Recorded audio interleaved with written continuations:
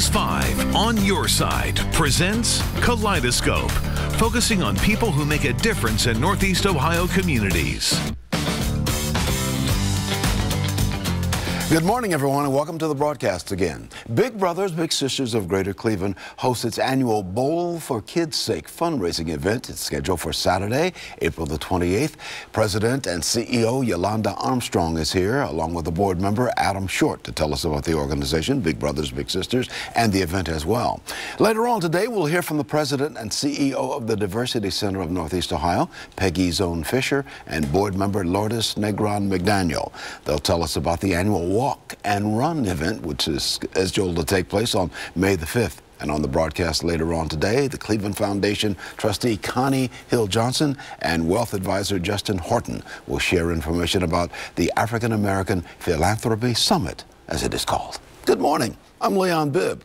This is Kaleidoscope, and as we've said for 18 years, so we begin.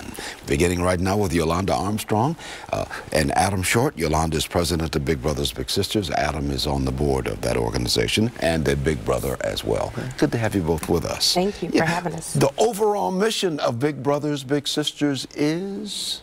Working with youth who are facing adversity.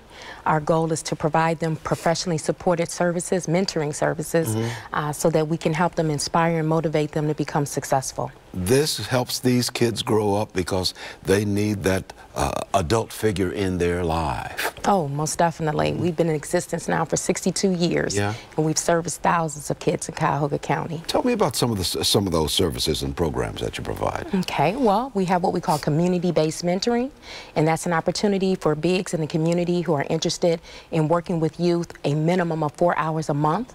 That's all you're given is 4 hours a month to go into the community and do fun activities with our young people, tutoring, things of that nature. And then we have our site-based, also known as our school-based mentoring, where we have mentors, especially college students, like from Case Western Reserve and John Carroll and Bowling Green, not Bowling Green, I'm sorry. Baldwin Wallace. Baldwin Wallace, thank you. Yes, Baldwin Wallace, who come out and mentor our kids in the school district. Yeah, okay. Adam Short is with us as well. You're a board member, and you are a big brother as well. How long have you been a big brother? I've been lucky enough to be a big brother for 8 years now to two wonderful young men. One is a senior at Cleveland Central Catholic this year. Yeah, I know the kids get something out of that because it's designed for the kids to get a whole lot out of it. I'm willing to bet you get something out of it as well. Oh, that's absolutely right. I mean, I talk to a lot of people and they say, I just don't think I would be a good big brother or a good big sister. And that marvels me because all you're doing is spending time with a young person. And that's really all they require is your time and your attention. And a lot of the things that I like to do, my little brother likes to do as well. So you really don't have to do anything super big. You don't have to put on a big show when you're a big brother, big sister. Just let them go around with you and do the things that you do, right? Exactly. And that's what makes our program so successful because a lot of our bigs have been involved with our youth for 25 months or more. So that makes us very successful. But then also we match them to the point where we look at both the interests of our bigs as well as our littles and make sure that we match them accordingly, and that makes a lasting relationship. And people can get in line to become big brothers, big sisters. They are vetted very closely. Oh, most definitely. Very closely. And they can make a phone call and get more information on everything we're talking about, right? Yes, I put a phone number on the screen, 621-8223, more information on everything as we continue our discussion. Or you can go to the website as well. That's at the bottom of the screen as well. You got something going on here. I think got a wonderful thing here, and Vinny will get a shot of this on camera number 9. Tell me about this event that's taking place. Okay, for over 30 years, we've been providing the Bowl for Kids' Sake, and it's a fundraiser to help us continue the good work that we're doing in the community. And it's going to be held on April 28th at the AMF Brookgate Bowling Lane. We have 47 lanes, and we're looking for people to come out and join us to raise money so that we can continue the good work that we do. So this is a fundraiser. Yes. And the idea is to keep the organization going. This is the kind of thing that you can do with your little brother. Absolutely, yes. The event every year has a good mix of community leaders, our supporters, and then our bigs and littles. When you got involved in this, what was your thought process? What was it why did you decide to do it? Absolutely. I was about 23 years old. I was new to the city of Cleveland. I had heard about Big Brothers, Big Sisters throughout my lifetime, and it just felt like the right time for me to give back. I had a great father figure in my life and some really good mentors, and I wanted to have that same effect on a young man. You feel very good because these youngsters are growing up strong and solid. Absolutely, absolutely, and it's a lot of the little things that you see, things like holding a door open for someone when we go to a restaurant, or shaking a hand and looking someone in the eye that you start to see as you spend more and more time together. That's what it's all about, isn't it, Yolanda? Oh yes, definitely. You kind of by showing them how Adam lives. He shows his youngster how that youngster can learn from what Adam is doing, correct? Oh, yes, and we've had young people who have actually said that I wouldn't be where I am today if it wasn't for my big brother or my big sister. So what's the process? How do people get in line to become Big Brothers, Big Sisters? They're welcome to apply online through www.wementoryouth.org. You can do the application online. It'll automatically get submitted. We'll have someone that'll give you a call back and then establish the application process. And then there is a background check, of course, because we're talking about children. Yeah, we do five layers of the background check because child safety is our #1 priority. WeMentorYouth.org. How big an area do you serve? We service all of Cuyahoga County. Let's give it another plug. This 2018 event, Bowl for Kids' Sake, benefiting Big Brothers, Big Sisters, and it's going to be at the AMF Brookgate Bowling Lane. AMF Brookgate Bowling Lanes, that's on Brook Park Road. If memory serves me correct, I think I've thrown a couple of balls in the gutter down there at some point. Every once in a while I hit a pin or two, but that was years ago. But that's going to be Saturday, April the 28th. How do people get in line to get involved in this fundraiser? Well, if they go to our website, they'll have information about setting up teams for bowling. But then also, if you're not a bowler, but you're interested in helping us raise dollars, you can be what we call a virtual bowler. So you can sign up for that and then tell all your friends, go to my page and give money to Big Brothers, Big Sisters of Greater Cleveland. Well, we'll roll 300 if we can. All right. Saturday, April the 28th. What time do you start there? We start at 10 a.m. and we end at 4 o'clock. Okay. Saturday, April the 28th at the AMF Bowling Lanes on Brook Park Road in the community of Brook Park. Yes. Good to see you, my friend. Good to see you. And good to see you too, Adam. Thank you so much. And thank you for what you do. Yes, sir. Thank you. Certainly with the answers and certainly what you do as well. Thank you. I'll take a break. I'll be right back in just a moment. We'll hear about the Diversity Center's annual fundraiser after we do this first.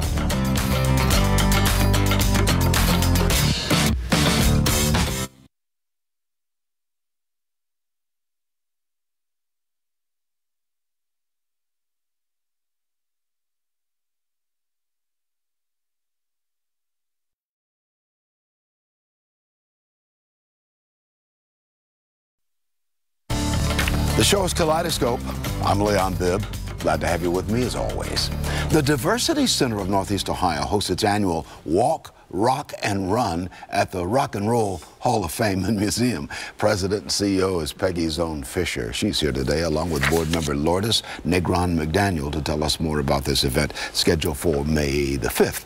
And Peggy Zone Fisher is to the left and Lourdes Negron McDaniel, board member, is to the right. Good to have you both with us. Great to be here with you. You're always doing great things with the Diversity Center. And the idea is to draw people together and celebrate the diversity in this nation, correct? Absolutely. In our community, and we work in 9 counties in Northeast Ohio. We serve about 12,000 students a year. We also do diversity training with corporations and hospital systems and whatnot. But our big our premier focus is really with students, with young people, and we do from elementary school, middle school, and high school, conferences, overnight camps.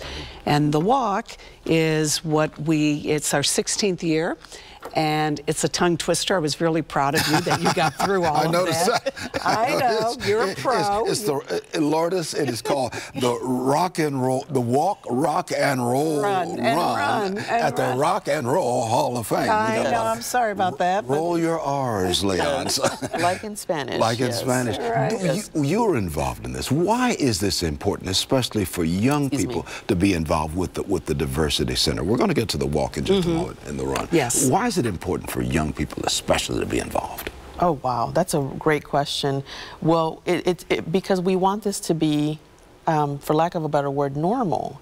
It should be part of every child's daily experience to be in the midst of diversity and difference, not for exclusive purposes, but to find common ground with each other. And the earlier we can start that conversation and those experiences with children, the better we're all going to be. Are you impressed that we are holding those conversations more and more? Yes. Or are we doing it less and less? We're doing it more and more, but we need it more and more. You know, so it's kind of it's an interesting time frame that we're in.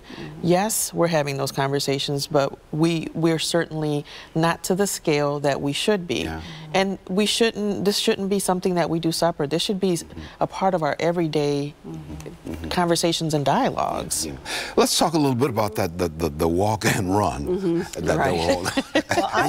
get a shot of this. Tell me about this, Peggy. I will, and you know, talking about young people, the walk and run help to underwrite, the dollars we raise from it helps to underwrite all of our school and youth programs, because schools are really challenged. They don't have the resources. They want our programmings, they want us in their schools, but they can't really pay. So this supplements that. So everybody who comes to the walk, whatever, there is no minimum fee to register. You know, some walks you pay $20, $25. Whatever you can afford. Families come, they pay $5, they register. You must register, though, either online or the day of at the registration tent. And when you register, you get a wristband, which will give you free admission to the Rock Hall, free admission to the Science Center, to the U.S. COD, free food, entertainment. It is, and you see 6,000 people in our community come together to celebrate our diversity. We're going to begin this 1- and 3-mile walk or 5K run at the Rock. We're going to begin it at the Rock and Roll Hall of Fame. And it ends there. And it'll end there. So it'll all be right on the lakefront there, around the USS COD submarine and the Great Lakes Science Center, all in there, all these people. This is a significant event. We've got photographs right here. This is obviously from years past. This is significant, isn't it, to keep your name out there, Lourdes? Yes. So I am a board member of the Diversity Center, but I'm also proudly representing Metro Health, who is for many years now one of the main sponsors of this event, and we are also providing event medicine. We provided event medicine last year. We'll do the same this year proudly. We assemble large teams to come in and provide first aid and screening services. And so for us at Metro Health, it's important for us to be a part of this conversation, because we are being very intentional about co-creating an inclusive Metro Health, an inclusive community, and this is just another part of that. And this is a part of it. Now, we'll have some fun with the walk and run. We'll have some fun with that. Absolutely. But underneath that is that necessary conversation about the importance of diversity in the United States. Absolutely. And certainly that's what you're doing in our final 30 seconds here. And we're feeling really hopeful with young people today, the young people we work with, and to be quite honest, you saw all the young people coming forward from the Parkland experience. Giving hope again to our communities. So when people are feeling down, it's young people's voices that are going to lift us, and we are just helping them to find their voices and serve as allies for them. Well, we have to realize in this country, we are all in the same boat. Exactly. We're all in this together, and we will sink or swim, but whatever happens, we'll do it together. That is my opinion now. Well, that is true. You agree with that, Lourdes? I agree with that. Okay. Yeah, I agree. We're in this together. Absolutely. Well, many thanks for being on the broadcast. Peggy Zone Fisher, President and CEO of the Diversity Center of Northeast Ohio, and Lourdes Negron McDaniel, board member. Phone number you can call, 752-3000, more information on everything we're talking about, or register for the walk at diversitycenterneo.org, as you see at the bottom of the screen. Many thanks. Great. Thank you so much. It is my pleasure. Good to be with you. We try to remain diverse around here. I'll take a break. I'll be right back. We're going to talk about philanthropy after we do this first.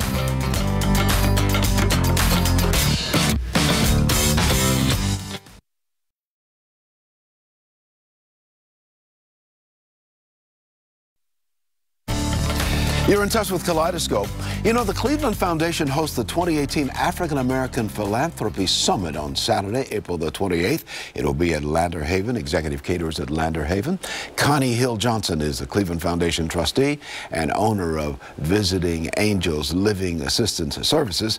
And Justin Horton is with us as well, wealth advisor and founding partner of Stratos Wealth Partners. They're here to tell us more about this 2018 African American Philanthropy Summit.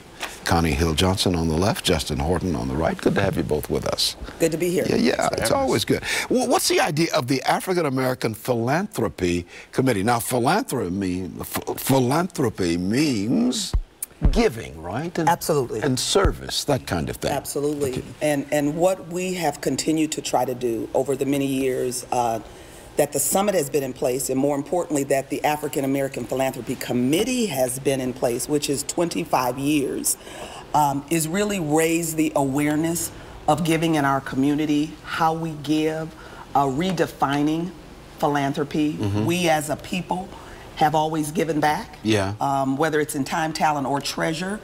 But we're working towards making it more strategic, so that we can continue to raise in our community the benefits of philanthropy, even as it pertains to preserving wealth in our community. Yeah. Justin, you're a wealth advisor and founding partner of Stratos Wealth Partners. You deal with issues of money. That's right. Why is it important to give something? Well, I think it's really a matter of fulfillment that most people have when they have an opportunity to give. And you know, to tie on to what Connie said, being strategic in how you give is important. You know, as African Americans, we give the highest percentage of our income out of all groups in America, but that's out of income. And so say that again. Yeah. So as a percentage of our income, African Americans give more than other racial groups in America. Yeah, and most people don't know that or recognize that. And as a wealth advisor, you know, part of my role is to help people create wealth and then to think about how they strategically give that money away as well. So we've got this big event which is coming up at Executive Caterers at Lander Haven on April the 28th, which is a Saturday, in Mayfield Heights. Starts at 8 o'clock in the morning. Yes. Goes until 1:30 in the afternoon. We'll get a shot of your placard here, your program here. What do you want to happen here? What will happen here? Well, this year we are tremendously excited because we're engaging quite a few not-for-profits. One of the things that we did 2 years ago was we had something called the Philanthropy Tank, where we had nonprofits really present and vie for, if you will, a gift at the end, a cash prize that they could pour back into their organization.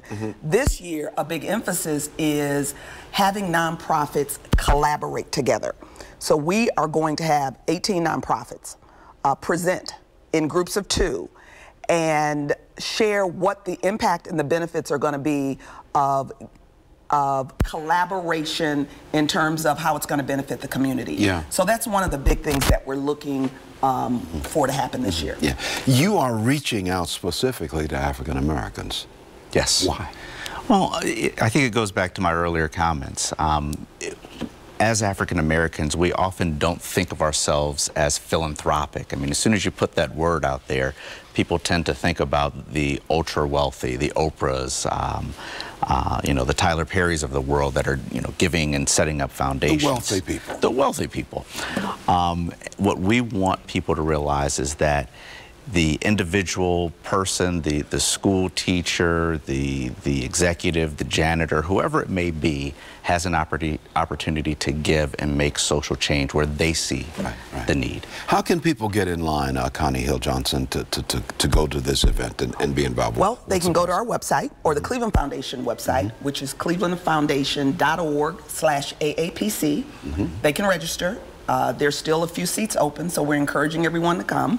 We outgrew our last place, which was corporate college, So we're excited this year that we're going to be at Lander Haven in Mayfield Heights. And that's going to be Saturday, April the 28th at Executive Caterers at Lander Haven, which is in Mayfield Heights. The address is 6111 Lander Haven Drive in Mayfield Heights.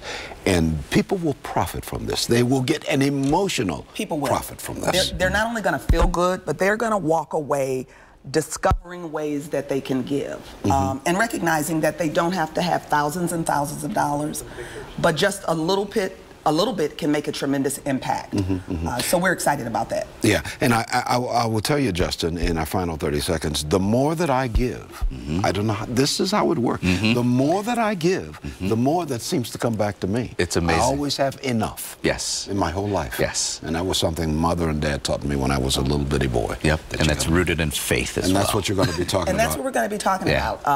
We are going to have a keynote. Wes Moore is going to be our luncheon keynote speaker. And he is doing a great work as, I believe, the CEO of the Robin Hood Foundation. So he's going to be the luncheon keynote speaker that day. We wish you well on that. I'm certain it will be well, and wealthy as well.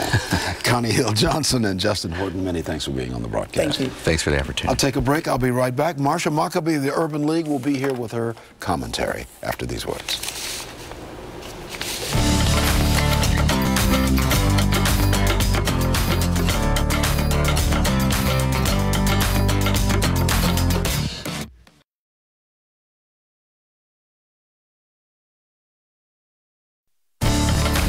Brought back by popular demand, your friend and mine, Marsha Maccabee, the Urban League of Greater Cleveland. Hi, Leon. Hi, how are you? Oh, I'm just fine, and you're doing okay. I'm doing well, doing well, doing well. So, you know, just recently, within this month, we have celebrated the 50th anniversary of the assassination of Dr. Martin Luther King. And I had the privilege of attending 2 very wonderful celebrations during that time. Celebrating his life. It's celebrating his life and rededicating us to the memory of what he stood for and to carry the torch forward for all the things that he tried to impart and tried to make sure that he helped to move the country forward. And so one of the programs was at Cleveland State University in the Black Studies program. And it was an amazing program with children from the International Campus School and a lot of the students from Cleveland State University who are part of Black Studies. Rosa Parks was there, and a number, Billie Holiday, a number of characters who were, period. The children portrayed them. Well, actually, the people from the students from Cleveland State did, but the students were just entertained by that, and it was a wonderful celebration. But his legacy is still with us. The movement is still here. His spirit is still very much alive, Dr. King's spirit. It is, absolutely, absolutely. And I was amazed by the things that the 3rd graders and 4th graders and 5th graders from the International School talked about. Because I asked them, what was the importance of this for them? And they said, well, if it hadn't have happened, if Dr. King hadn't been here and Rosa Parks hadn't have done what she did, we would still have all the problems that we had back then. So they really got a sense of what a life-changing opportunity was created through the movement. Glad you were there. Thank you for your commentary. That's going to do it for us. Take care, everybody. This has been a presentation of News 5's Kaleidoscope, a weekly public affairs program in partnership with the Urban League of Greater Cleveland.